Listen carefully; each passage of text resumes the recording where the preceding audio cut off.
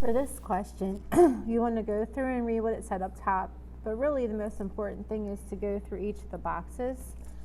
So to support a local senior citizen center, a student club sent a flyer home to the N students in the school. The flyer said, please bring in money to support the senior citizen center. Paper money and coins accepted. Their goal is to raise $T. So we have two variables here. We have N for the number of students in the school, and we have T for dollars. That's the total amount they're going to raise, that their goal is to be. So that's kind of what they want to raise. Match each quantity to an expression, an equation, or an inequality that describes it. So the first one says the dollar amount the club would have if it reached half of their goal. All right, so the goal was to raise $T. So half of T would look like this. So if they were hoping to raise $500, that means they would raise $250. If they were hoping to raise $1,000, they would only raise $500. So that makes sense.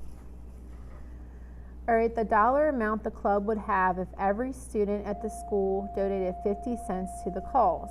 All right, so our students are N, that's what they represent. And if we think about it, 50 cents is going to be a decimal.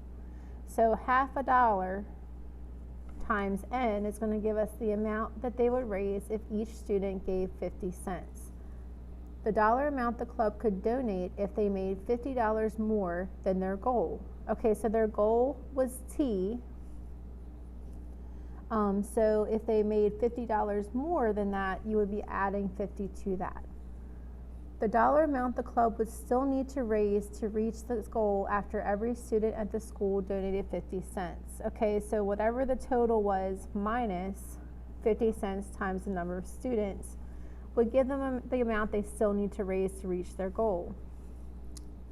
The dollar amount the club would have if half of the students at the school each gave 50 cents.